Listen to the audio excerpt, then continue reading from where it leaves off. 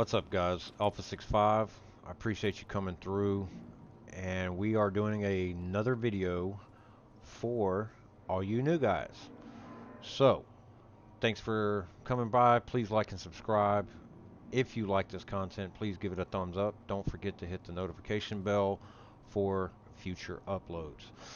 Okay, so for all you new PvPers, people that are coming in doing some farming, I've had multiple people asking me about my Nomad build. So here we go. All right. So before we go any further, we all know this game has pretty much reached its lifespan. It pretty much is dead. But we still have, as I said, we have some people coming in doing some farming. The new people, they're trying to get their gear sets and they're trying to find something that can help them stay alive. So here we go. Nomad. All right. 4157 firearms, 9,000 stamina, and 2961 on the electronics.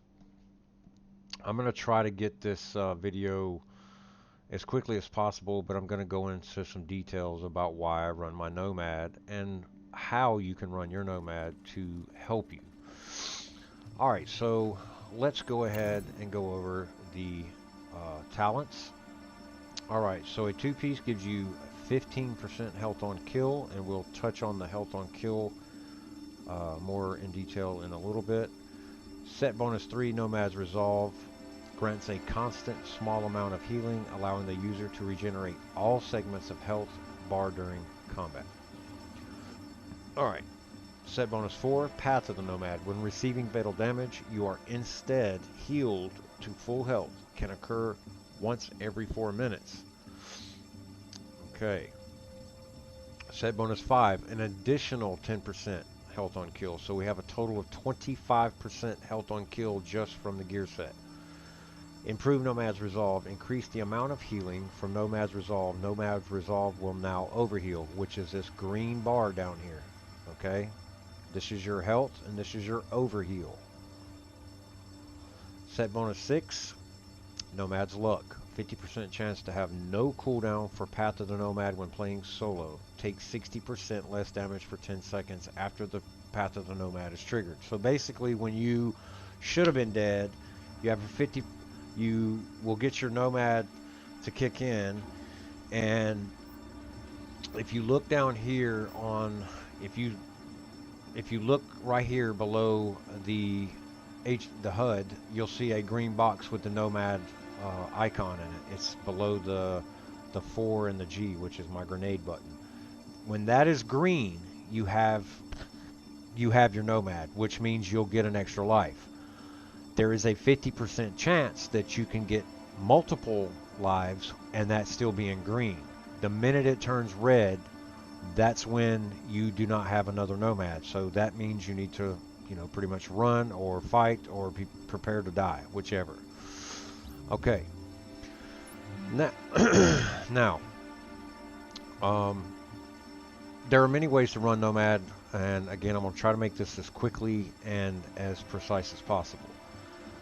So, for survivability / damage, you want to run a 9K or somewhere. A lot of people like to run the 8K firearms. I don't. I'm not one of the better players out there, but I have found people calling me hacker. I've had people saying that I was cheating, blah blah blah, and this is why, because I run my Nomad at a 9K stamina with 629 209 toughness, which is pretty beefy. So let's go ahead and go over the gear set pieces.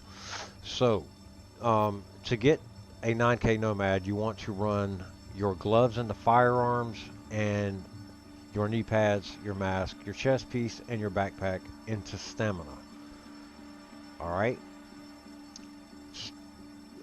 Your gloves are going to be pretty standard at firearms. So, alright, let's go over the chest piece. Stamina. Major is health and skill haste, which is a minimum a must for my builds. And ammo capacity. Let's see here. We got stamina mod, 2 stamina mods, a 263 skill power, and a 262 skill power. So that's going to strengthen your pulse, your turret, your fire turret, your box, your healing, your booster shot, all that kind of stuff. It's just going to make it a little bit more stronger. Okay, mask, stamina, crit chance, burn resistance. My mod is going to be a stamina skill power. Now you can put crit chance mods on here, but I want my turret, my box to do a little bit more, you know, have a little bit more power, so that's why I pretty much, you know, put the skill power on there. Now your chest piece, you definitely want ammo capacity on your miner, and you want your backpack to have ammo capacity. Unfortunately mine does not. It has burn resistance, but we are at stamina, crit damage, and burn resistance. A lot of people will run stability instead of crit damage right here, but I chose the crit damage because I want to do, I'm not running an AR and shooting at long distance. This is kind of a up and close type of build. So we have 6% first aid self heals on here, and then we have a 1% crit chance at 265 stamina mod. And if you notice, all my mods are going to be stamina. So when you run your pieces, your 4 major pieces, chest, mask, knees, and backpack into stamina, you're going to need to put stamina mods on them to finish up the 9K. This build is fully optimized, so you may need to put a little bit of div tech in one of these pieces, or maybe a couple of pieces to finish, you know, getting it up there at 9K. Alright, my gloves are going to be firearms, which is a must. 6% crit chance, 17% crit damage, and we have 12% SMG damage. Now, if you are running 2 ARs, you want to run if you're running a AR as primary, which I do not. I run my house as my primary because it does more damage to me, and it's just, I don't aim very well, so there you go. You want to change this to AR damage, assault rifle damage. If you're running an LMG, put LMG, but whatever you do, make sure they're in firearms and that they have crit chance and crit damage on them. My mod is going to be nothing, because we don't have mods on that. Okay, the holster is going to be 1401 across the board, and it's essential to put crit chance on this. That's just my opinion. You can do whatever you want to. We have a first aid, another 6% first aid self heal. So remember, guys, you can run this either way. I chose to run mine. My go-to build is this 9K. I have a 10K stamina for like cutting ropes or just doing contaminations, which you can do contaminations in this. This is a PvE, PvP build. You will need to experiment with it, and you will need to, you know, kind of tweak your mods and stuff like that to your likings. But you can do either one.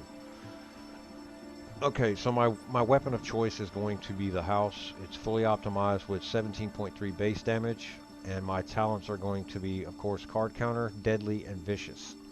Vicious, a very controversial, so to speak, talent.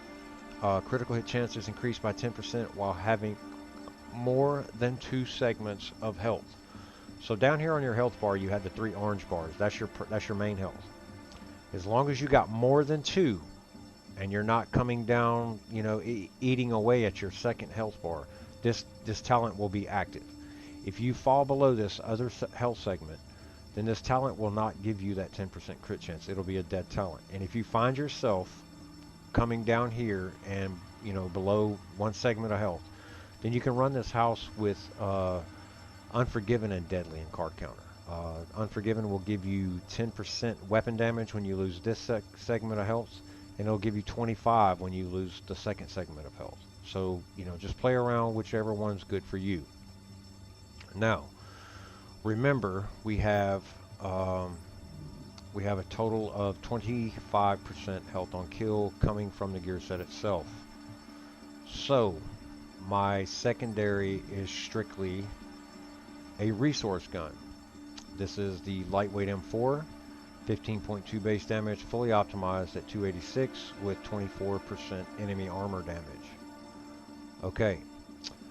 Predatory, sustained, and determined. Predatory, killing a target regenerates 35% health over 20 seconds. Sustained, killing a target increases your health by 6%. Determined, killing a target reduces all skill cooldowns by 7.5%. All right, guys. So let's make this some quick basic math here. So basically, what's going to happen is when you knock them down with your house and they fall, swap to your secondary. You can shoot them, try to conserve your ammo whenever possible, or you can melee them. When you do that, you're getting 25% health immediately from the build. Remember the 25%. But you're also going to get this sustained, killing a target increases your health by 6%. So 6 plus 25 is 31%. So 31% of your health is instantaneous, which is going to be almost a full health bar. You're also so you're getting the 25% health from the build plus the 6%. That's 31% right off the rip. So using predatory, because you have predatory on this gun, you're also going to get an additional 35% health over 20 seconds. So that's a lot of health that you're getting back. Okay, and if you take no damage and you take another NPC or another player down, then you're going to double, you're going to double everything. You're just going to get that much more heal back. So if you play smart, you won't have to use a lot of med kits. Alright, so determined. Killing a target reduces all skill cooldowns by 7.5%. I said that already. So what happens is you're also going to get a 7.5% skill cooldown reduction. So if you kill 2, you're getting 15%. You kill 4, you're getting 30%. And you can do the math from there. So keep that in mind, that you want to use your your primary and use your resource gun to finish them off when and if possible. Blue pistol. Now, some of you may be asking, why do I have a blue pistol and why is it a level 24? Well, if you look down here on the bottom of the right hand corner, that's why my gear score is 259. Okay, you can go to 291, but because I have a lower pistol, level 24, it's going to show that I'm at 259. So we have determined and cool-headed. Again, here we go with the determined. Killing a target reduces all skill cooldowns by 7.5%. And cool-headed. Performing a headshot reduces all skill cooldowns by 5%. So if you use this, you're getting 12.5% cooldown just from these two talents alone. Okay? I'm sorry, I take that back. You're getting the 7.5% from determined. But when you shoot like NPCs, like pap, pap, pap, pap, pap, whatever, you're getting 5% per headshot. So you can get your skill cooldowns pretty fast. Just take the time and go shoot NPCs and learn to use it, and you'll get your cooldowns back by 5% a lot quicker. So it's 5% per shot. So yeah, guys, that's pretty much, that wraps up the build. There's a lot of ways you can do this. Let's go to my character sheet right quick. Here's the basics. Firearms, 4157, 9062 stamp, 2961 electronics.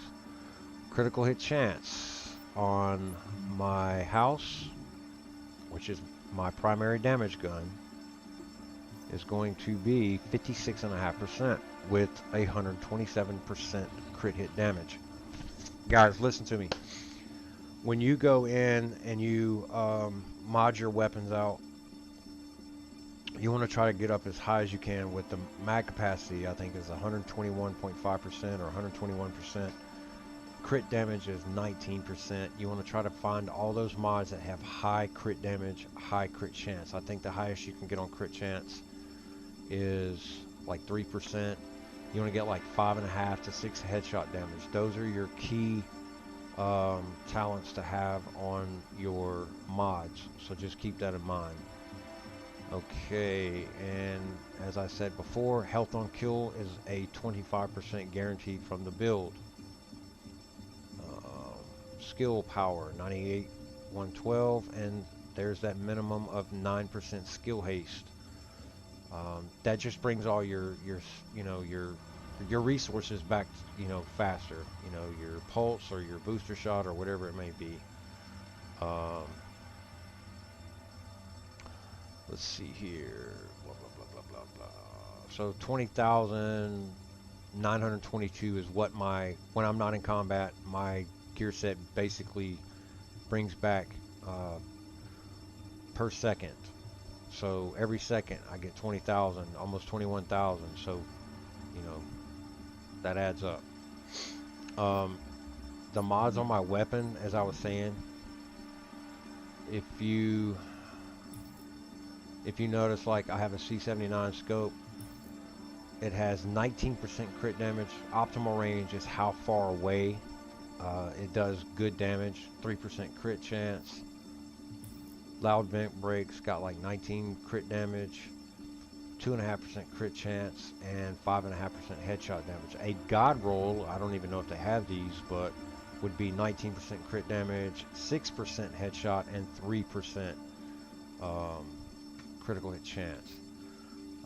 Grip, so you can see what I'm doing here. I'm putting as much crit damage in here as possible.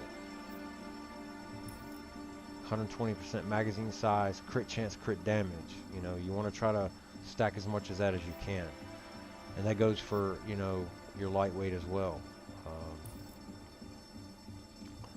So yeah, crit damage, crit chance, optimal range, SR7 suppressor, 19% crit damage, headshot damage, and crit chance. Magazine, same thing. Crit chance, crit damage. You want to put as much crit chance on this build on the ARs as possible. They come with I think a standard of I think they already have like crit damage on them maybe. But yeah, guys, you just need to run your build as quickly as possible.